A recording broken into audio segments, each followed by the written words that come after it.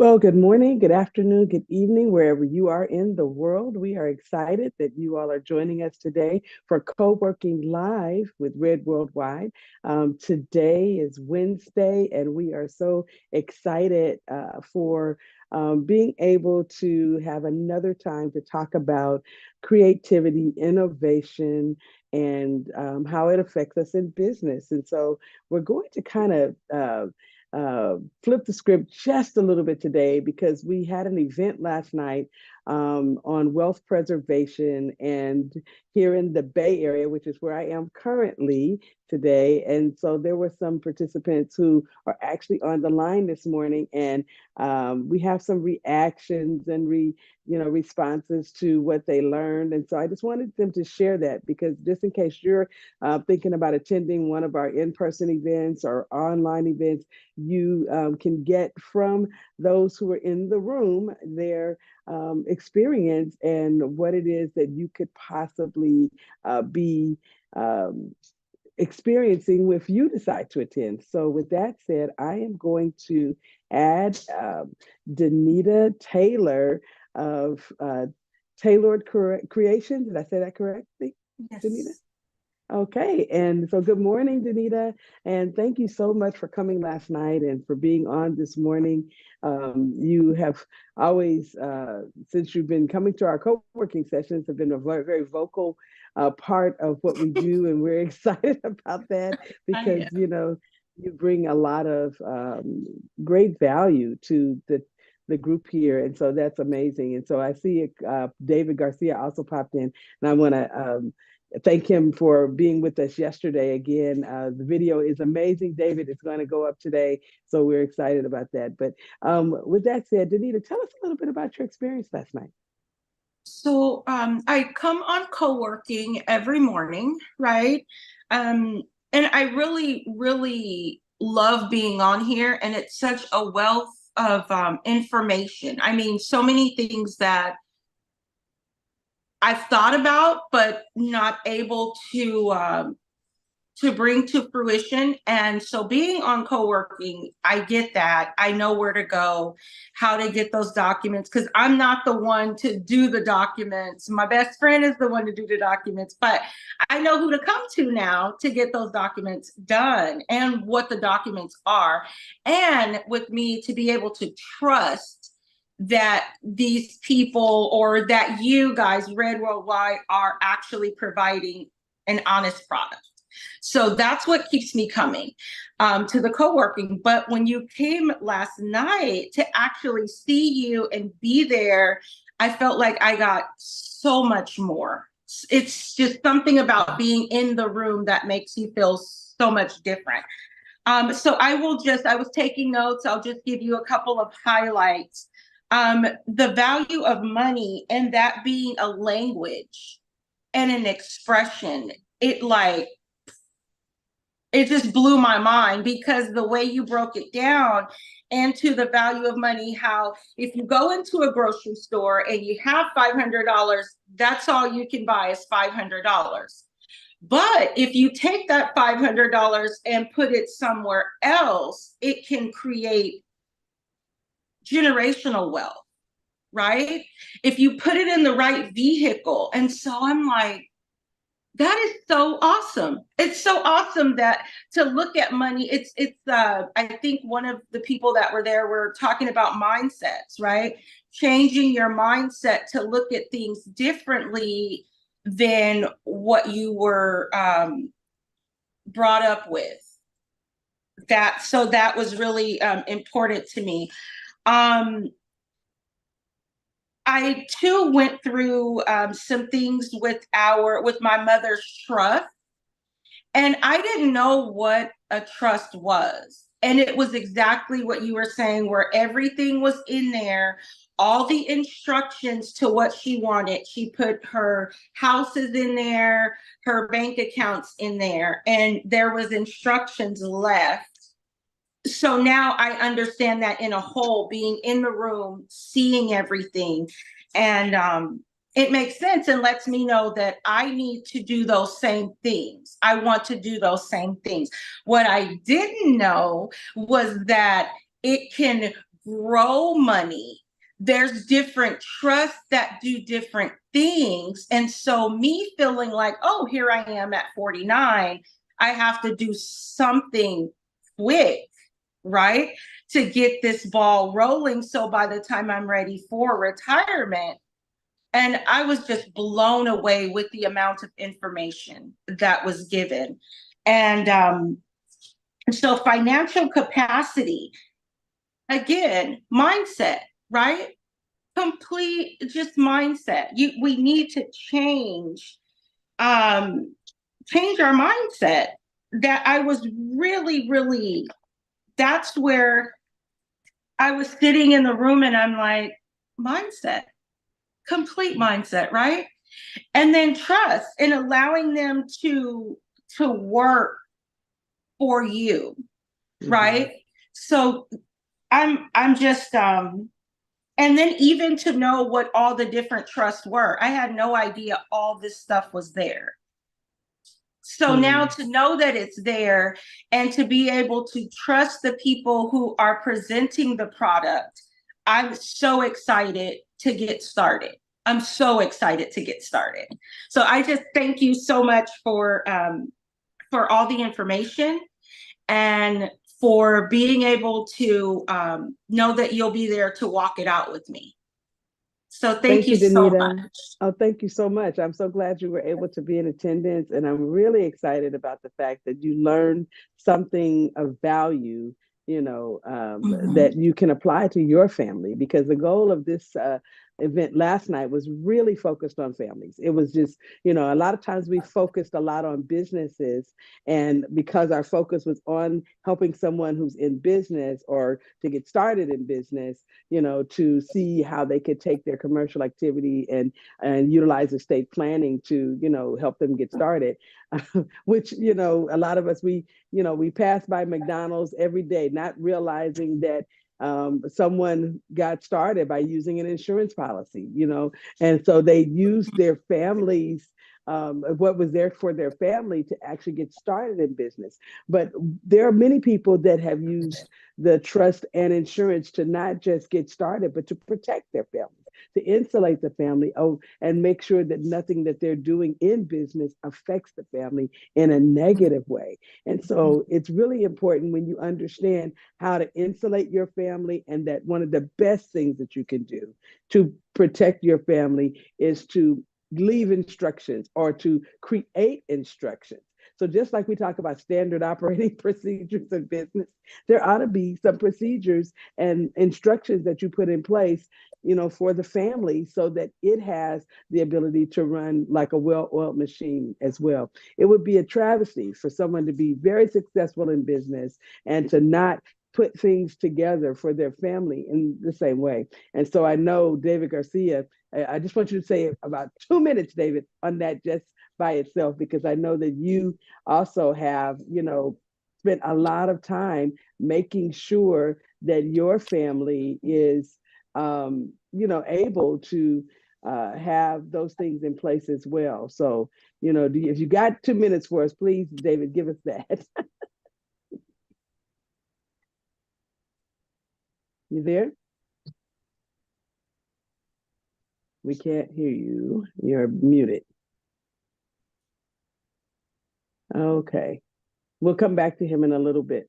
But, the thing is that, and I just think it's important, and I know that we highlighted, actually, Crystal, we highlighted you and Tommy toward the end of the meeting. I used you kind of as a case study in talking about how families can sometimes make decisions to, really set up generational wealth. And I talked about how you guys have your books that are coming out and your process about generational wealth ahead. And that is so important as well.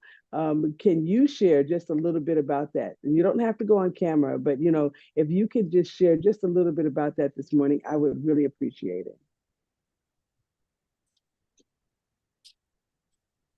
Okay, I don't know if people are having problems unmuting their mics.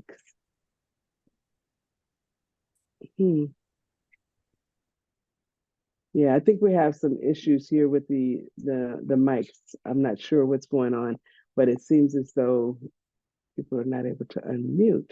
Okay, not a problem. We'll come back around to this on a different day. But what we're going to jump into right now is we're going to go into talking about creativity and business, but we really are going to focus more on mindset today because I have come to understand that a lot of people, don't really think about how important, being able to see things from a certain perspective is. And what has happened for me in business is everything is possible as long as I'm able to, see it happen. And so many times there have been things that I wanted to do in business. And I didn't necessarily see a way to make it happen, but I saw that it could happen. And as a result of that, that mindset helped me to be able to plan and ultimately execute, the things that I wanted to do. And so we want to kind of look at today what it takes for a person to just kind of change their mindset and from an impossibility mindset to it's possible mindset, when it comes to a business concept. We've looked at, how we could position ourselves in business to iterate or for that matter, have a proof of concept, but that's way down the road. Having proof of concept is after you actually have the idea and you're making the idea, come to mind. I mean, come to bear. What we're talking about now is the very rudiments of what has to happen inside of us so that we can be mindful of, how do we see something and create a solution, in our mind and begin to wrap the thoughts around it that need to be there so that we can actually bring that thing into fruition. And so this doesn't necessarily mean that you are starting a brand new business or for that matter, creating a brand new product. Sometimes this can just be iterating in what you're already doing that will bring something more powerful to bear. And for me, it's really kind of easy right now because, I've done this so much that having the ability to transform an idea into reality is something that is easy for me now. But when I first started, embarking upon the journey of, the dynamic world of innovation was not something that was at the forefront, of my mind. I tend to probably go along with the status quo in this. And what someone will tell you, if you have an idea, go and look and see if someone else is already doing it. Or there's all kinds of, thoughts and philosophies on this. Go see if it's really something that other people are doing in their business. If you're in insurance and nobody else is doing it, then it's probably something that doesn't need to be done. Or, you hear all of stuff. If you're a realtor and you are, out there on the fringe and doing something that's not inside the box, you probably want to look and see if it's legal. I mean, I've heard all of that, and what came for me as a really well-timed set of advice is that generally, when you see a problem and you have the mindset of creating a solution for the problem, then everything else will start coming into play when you start moving in that direction. So let's look at, and I talked about this once before, considering the invention of the wheel. Before there was a wheel, they were using something, but it was probably nowhere nearly as easy as the wheel. Uh, and so the thing that we have to understand is the printing press, the first airplane, all of these things weren't just new gadgets. They were moments in time that redefined life on the earth. Okay. And so sometimes you might have a moment in time just with a tweak that you make to your internal components of how you do business every day. It may be that the thing that you have is not being done because nobody could understand how to get it to market or how to infuse it into their current business. It doesn't mean that it shouldn't be done. It means you need to explore.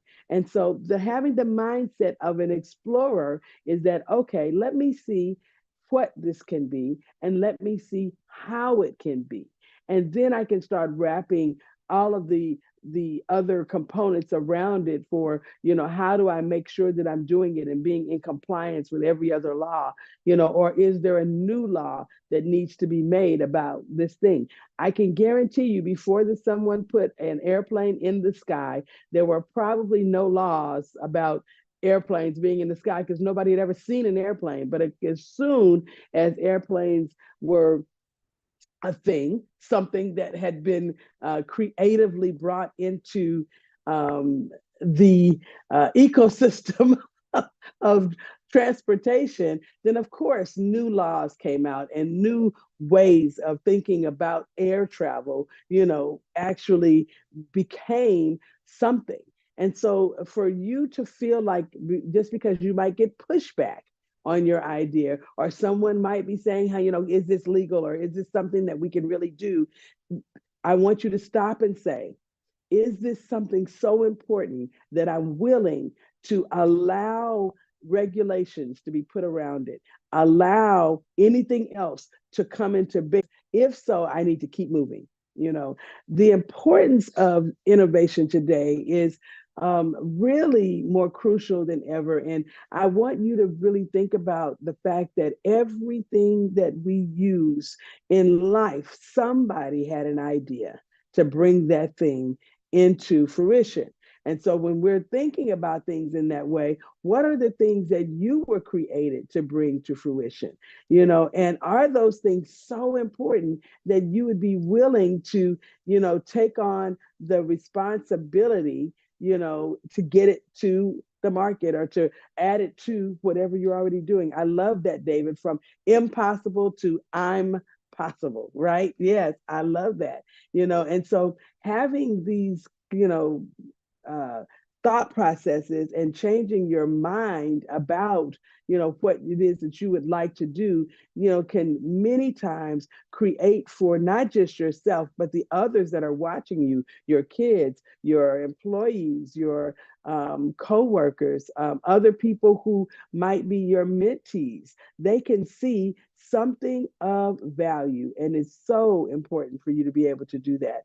So let's kind of look at, these thoughts as, really the ideas and the transformative, processes to get the ideas in from an inside your head into reality as something very impactful. Not just the thing, but everything around the thing, everything that it takes to get it to market. It's really the spark that has ignited human process, and progress throughout history. And it shapes even our future today. And I know that I've kind of talked about this many times, but in terms of, wanting people to really think about what they have internally and bringing those things to market, bringing those ideas, not just, out to the forefront, but putting them to use.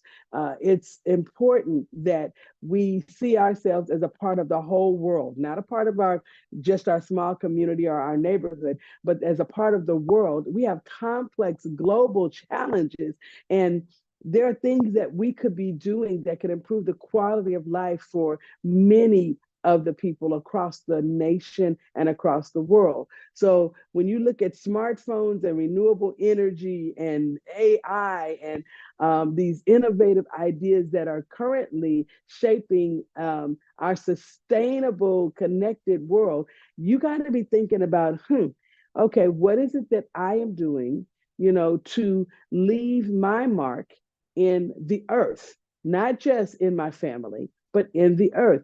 Do I have something that I'm doing that will affect people's lives and I mean, with longevity?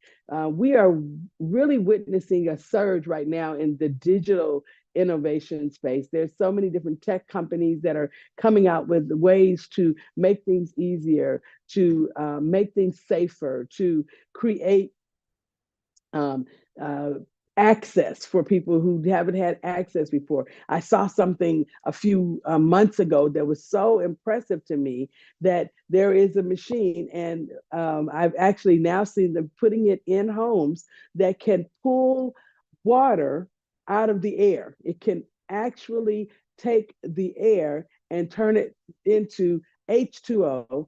And by doing that, it's creating the ability for people who are in remote places, who have limited access to water that is clean.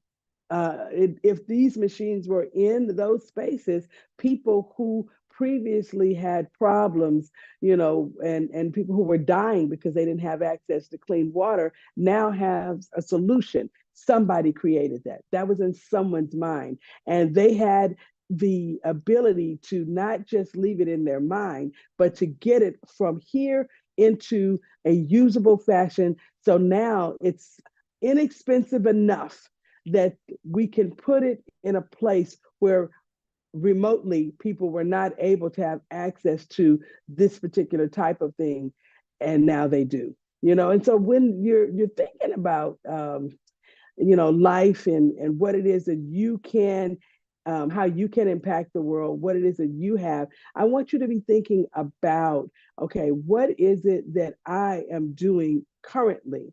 Okay, that if I continue to do it, it could affect, the whole world, just by me make this particular thing easier or different, because there may be someone else who has a family construct like yours, or they might be like you, and be some system that you created, some process that you're doing could make things easier for them to stay alive. Okay.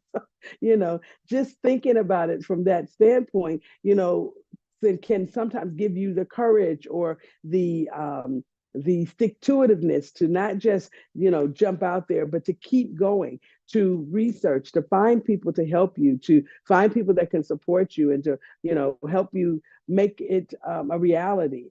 Some of you all don't realize this, but Red Worldwide, we have a relationship with several organizations, and one organization is the University of Texas in Arlington, and that particular school they're a NIST partner. They're one of the organizations that are a part of the school is a NIST partner. That means that they are set up with the Department of Commerce to take funds from the Department of Commerce and allow those funds to go to an individual to create products and bring those products to market. So someone who might need a prototype, or they might need FDA approval, or they might need some other process to happen to get their product to market, can do that because of this particular money. And so it functions like a grant. It doesn't come through us, it doesn't come to us. But if you're working with us, if we're coaching you and you're in one of our programs, then it qualifies you to get access to this $10,000 in engineering services. And then to get future engineering at, I think it's like $125 an hour, as opposed to like 300 and some odd dollars an hour. So I'm saying to you that there is a way. I know of another university that has a program that both of these programs are free. And if you qualify by working with a specific type of organization, you can gain access to having them help you to apply for the SBIR grant, the Small Business Innovation Research Grant through the United States of America. Okay, and so that grant at the federal level can provide you with, at the very first phase, $279,000 to get your idea to market. And so it's kind of a a lot of opportunity right now. And if you have the right support, those opportunities can help you bring something amazing to market. With what we are seeing now with the blockchain and biotechnologies, and how people are now taking artificial intelligence and using it to make it so that doctors and nurses can get information faster, and people who are creating, writing code. You can use AI to write code, and something that would have taken me, several hours for me to write, code. Now I can do by just putting the prompts into AI and end up with half of an app being created, by the AI, and the other portion that I would need to do, I can do now in a lot less time. So I'm saying that this is not an age of buzzwords. These are things that are really happening, things that you can make happen, from out of your spirit, out of your thought process. So, how do we foster an innovative mindset? Okay, I've talked a lot about the thing. Now, let's talk about the how. Well, innovation kind of starts with curiosity, the willingness to challenge the status quo, and to not be affected when people don't see it like you see it. I have had some times that I had to learn that there were things that I just couldn't share with everybody. When I was talking about starting this company that we are actually running right now, and have been now for 6 years, 7 years almost. And when I was thinking about starting the company, I mentioned it to someone that I thought was a good resource for me. And I mean, she shot it down from the name of it to everything else. She just couldn't see how that was going to garner any type of attention, and how anyone would pay any money to become a member of something like this. And aren't there other ones like this already out there? And, you're going to waste so much money trying to do this, and people aren't going to pay. And I mean, just all kinds of things. And if I had let anything, she said, stop me, then we wouldn't be in this meeting right now online. We would just not be here. And there are so many people like Danita Taylor that would not have been helped. We have to date worked with more than 385 people in that amount of time. And we're not talking about just giving them, I mean, we've had about 96, well, last year at last count, at the end of the year, we had about 9,600 interactions with people. Okay. But in terms of people that we actually work with to help them get a product to market, or to help them start their business, or to help them create, their processes and procedures, or any of those things. 385 is a lot of people in that amount of time for such a small team. And the thing that I wanted to say is, this is not to toot our horn, it's just to say that I would not be stopped. I was relentless about what I believed I was supposed to do. And when I explained that same concept to someone at the university, they were like, this is brilliant. I had one person with all of this knowledge and all of this schooling, and I mean, just all the experience in business, to tell me that there's no way, no one's going to pay for it, et cetera. And then to go to someone at the university, here I am in school and already kind of running the company. But when they asked me about the company and what we did, they began to tell me the brilliance of it, and how this is something that makes available to people, the types of services that they need in businesses at such a nominal cost, and there was nothing available in our area at that time like that we were first to market with some of the things that we did. And because of that, there was no comparison for it at the time. And so if I had let the person stop me, I wouldn't have gotten to that moment. Okay. Where I could actually hear someone weigh in on it. And then even in the middle of the pandemic, when everyone was closing their doors, I thought about closing our doors, because we had rents. We had lots of offices at that time, and a lot more people working with us. And I thought about, man, could we take everything online? And, and if we do take everything online, will it be sustainable? Okay. We were already online, but we were serving a lot of people in our office. When we had just gotten the office, people were starting to come to the office and they were used to coming to the office. And that did prevent, me from even thinking about being totally online at the time, because it was like, oh, wow, we have these different offices. We can, make sure that people get served in a proper manner. I never really thought, even though we were Red Worldwide, it didn't occur to me that being totally online would give us access to the entire world, and our services could be used by the entire world. So remember when I talked about iterating on top of your idea, it wasn't necessarily that I needed to change, or create a new company. It's that I needed to create a new process within my company that would expand the company so that we were able to reach people that we would never be reaching. And I thought going worldwide meant that we were going to be traveling from one country to another country. I never considered that worldwide meant that we were going to have people from other countries traveling to see us. So I am saying to you that fostering the innovative mindset begins with curiosity. It begins with asking questions. What could this look like? How could it impact, what I'm doing, what others are doing? How risky is it for me to do this? And is there a test market for it? How could I test my concept with a smaller group to see how well it works? Okay. What is it that I can do, to get a looks like, acts like prototype, without changing everything? Is there something I can do to test this thing in a way that is meaningful, that's going to provide me the answers that I need to fully launch it?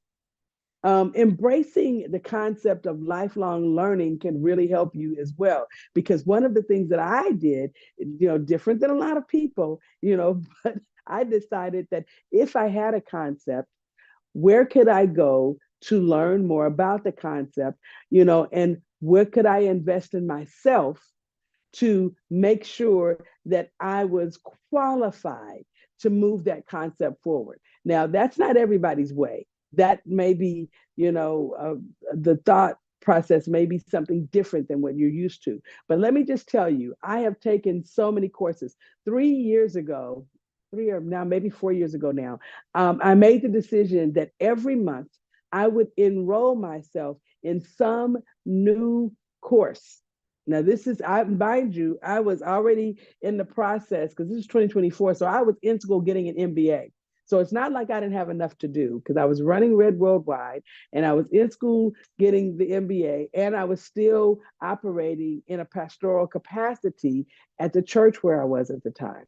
And so, with that said, there was a lot on my plate. Okay. And I had to think the things through to see, okay, how can I do it? What day can I do it? So, what I did for myself, so that I could have the mindset of a lifelong learner, is I compartmentalized every concept that I had about business to down to milliseconds. In other words, I'm going to spend this much time working on this thing on this day. I had specific days that I did certain things. I went down to a 3-day work week so that I could make sure that I was in class on time, that I was studying the amount of time that I needed to study to get good grades. And then I also could have a day during the week that I worked on my own professional development and personal development. And it was on that day that I would do whatever course or whatever certification that I was going to do. And I had no idea that that was getting ready to become a way of life for me, because since that time, I have done, I finished the MBA, I did another master's degree. In that same year, I started another master's degree, finished it 12 months later, and then got into another master's program less than 12 months after that. And I'm in the double master's programs now. While I was doing that, I was nominated for a doctorate degree, an honorary doctorate degree that did qualify me, to do some other things, but it was work involved in that, because it wasn't like, hey, we're going to give you this honorary degree it's an award, just show up. No, there was a type of thesis that was required. So I had to go to work in that area as well. And it was a constant process. But in that process, so much came out of it because they weren't just certifications for me to put some numbers or not numbers, I'm sorry, letters behind my name, but these were certifications that actually helped me answer the questions that I had asked. Could we do this? Let me go to class and learn about this to see if this is something we can add. And in that class, yes, I got the certification, but I got the knowledge to understand how we could infuse that into what we were already doing. Now, just those little tweaks allowed me to satisfy the curiosity with knowledge, and understanding what it was that could be done gave me solutions to some problems. So, as you're thinking about your mindset, what is it that you can do to foster your innovation? How can you create for yourself the ability to continuously iterate on your concepts, but also continuously add knowledge so that you have the capacity to put something new forward?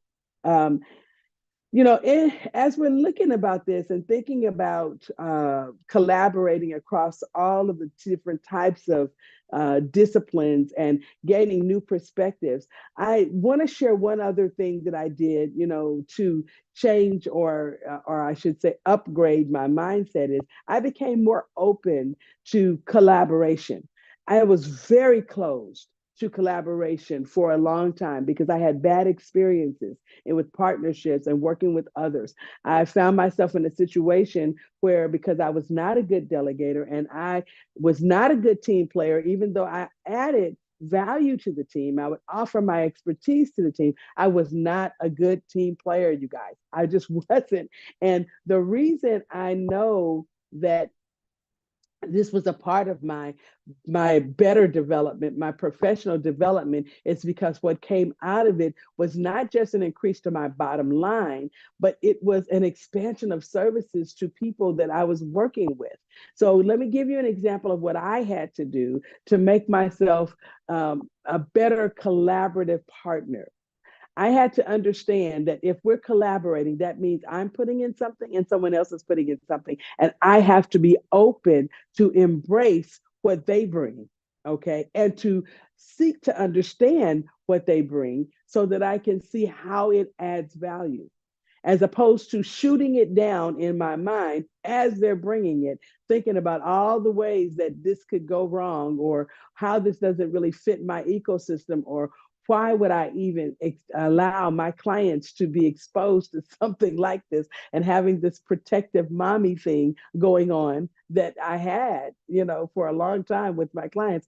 I really I needed to take a step back and to hear the full realm of what the collaborative partners were talking about, and see how, if there were guardrails that needed to be put around it, how can I help to add the guardrails? They had a great idea. The idea was very powerful, and there were some times that we had to test the ideas to make sure that it would work. But what I could add from my experience to their idea was the safety net, the ability to insulate, because that's where I'm great at that, and a lot of you guys have experienced that with me talking about trust and how do we protect our businesses. That's part of my ecosystem and how I am wired. So what I could add to someone else's thought process could be just giving us the ability to test it in a protected space, to pilot it in such a way that we had, informed decisions, instead of not just jumping out there, creating focus groups and polls and surveys to make sure we're getting as much information as possible before we launch this thing out there, and making sure that what it is that I am doing is not getting in the way, okay, of us getting the information and the data that we need from the utilizing it the first time or second time or whatever our pilot's going to be. Because sometimes that's a thing, our ability to work together with others sometimes is really skewed because of the fact that we have different systems and things that we've put in place to protect ourselves. So those things sometimes can get in the way of helping others. Well, with that said, I really want you to be thinking about what your thought process is. How can you be a great collaborator? What it is that you can do to make a cooperative process, something that is, beneficial, and that you do get good information from it. I see Crystal's placed some things in the chat. Personal development is your care or your core that will keep your fire going. Absolutely, Crystal. When you are constantly developing yourself and putting yourself in a position to be, in that total upgrade mode, it does put a fire under you, and it does excite you, and it does constantly call you to doing something good and something new, that will constantly bring others, value. She also said the key is applying the knowledge that is what gives you power. I've heard people say that knowledge is power, but I do agree with what Crystal is saying here. It's applied knowledge that's power, because when you don't apply the knowledge, then, it's just sitting on the side somewhere waiting to happen. But applied knowledge is power. And I've experienced that myself.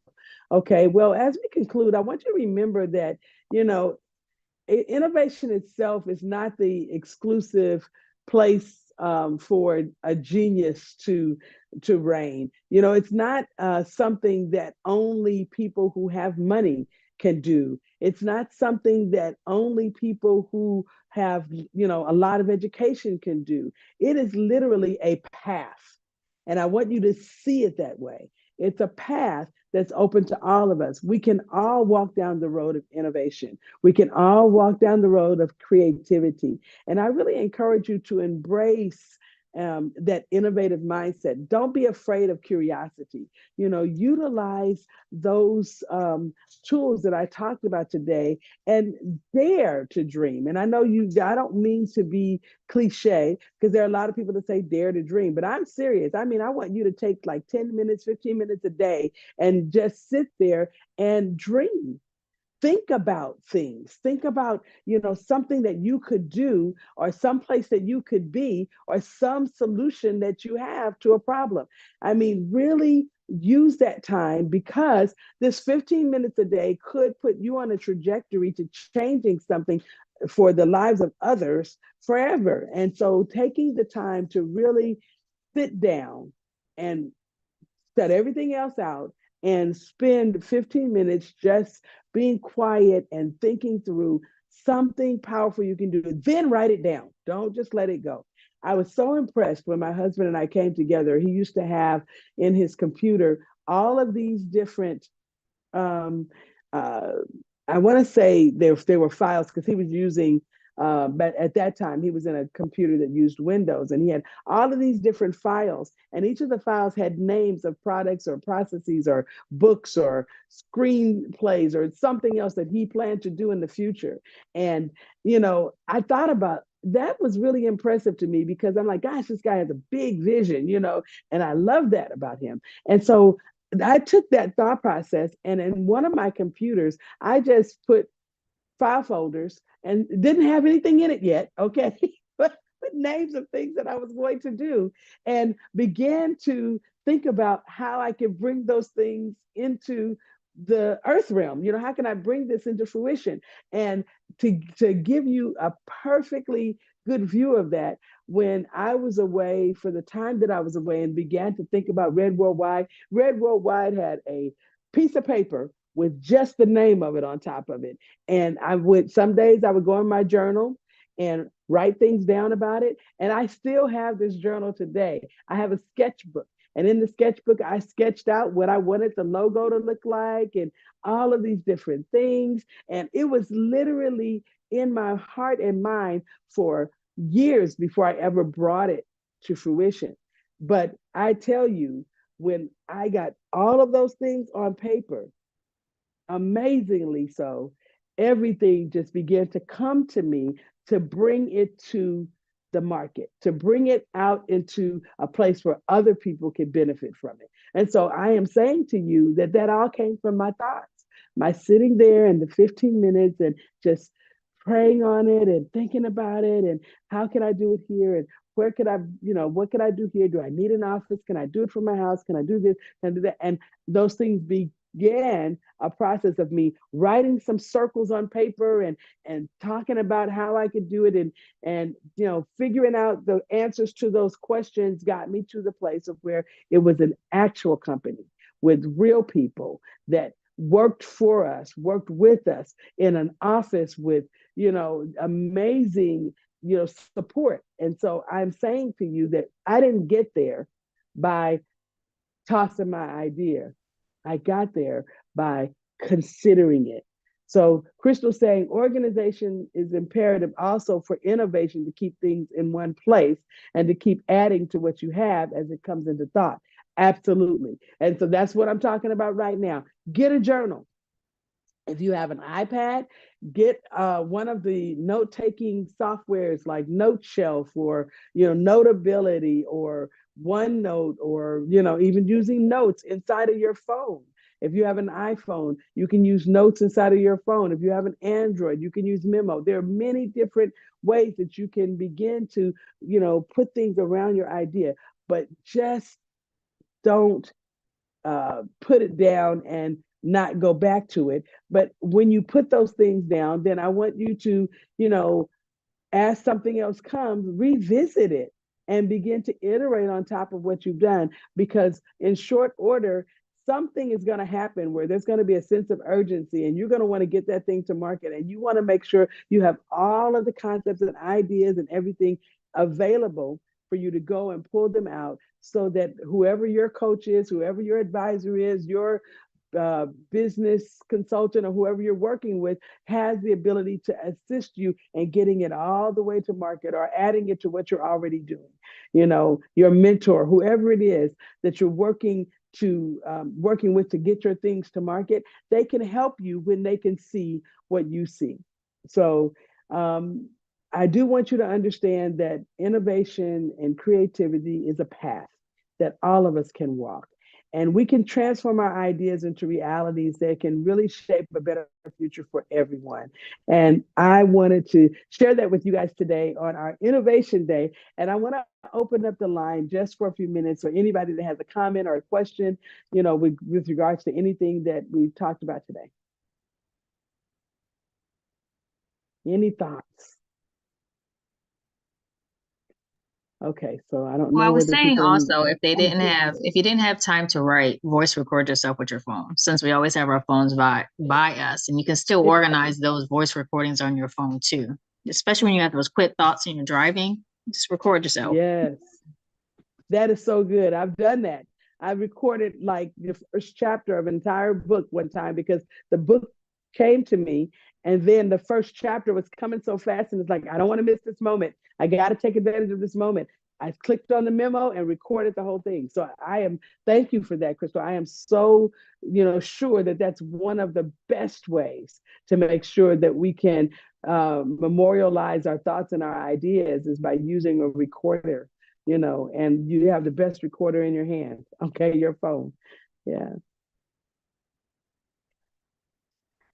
I see Alicia still on here, and I am so excited about some of the things that she has had and held in her heart. She was at an event that we had at the beginning of the month, our Q1 summit, and some of the people who were there, we were talking about innovation and ideas and what it was that they were going to bring to market. And she had such a great idea that I just cannot wait for her to, start working on and pushing it out there. But the one thing that I have to say, her idea was also spawned from something that was a solution to a problem.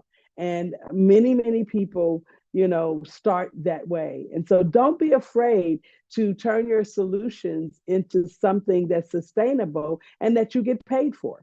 Some people are like, okay, well, this is a solution, but is it right for me to get paid for it, for doing this?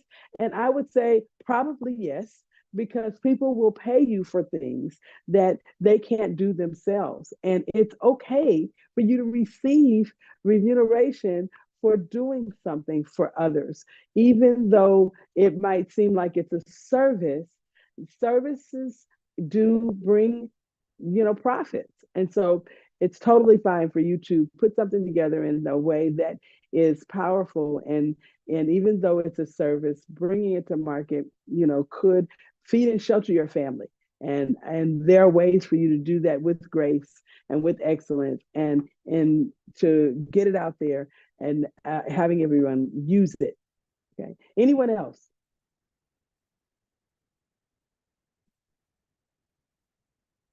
Okay. Well, this has been Red Worldwide's Co-working Live, and we are excited that you guys did come on with us today. We look forward to seeing you tomorrow, and tomorrow we're going to be working on some tech stuff. So please come ready, because we're going to be introducing something, and I want you guys to try it while we're on the line. So it's going to be a hands-on type of party tomorrow. So come with your computers in hand, or a tablet, where I don't know it's going to work so well on a phone, but if you have access to a tablet device, or your laptop, or desktop, come with that available tomorrow, so that you'll have the opportunity to participate in our hands-on session that we're going to do at 7 a.m. Pacific Standard Time, 9 a.m. Central Standard Time, 10 a.m. Eastern time, and we want you to be able to participate in a way that's meaningful. Okay, well, we'll see you again next time.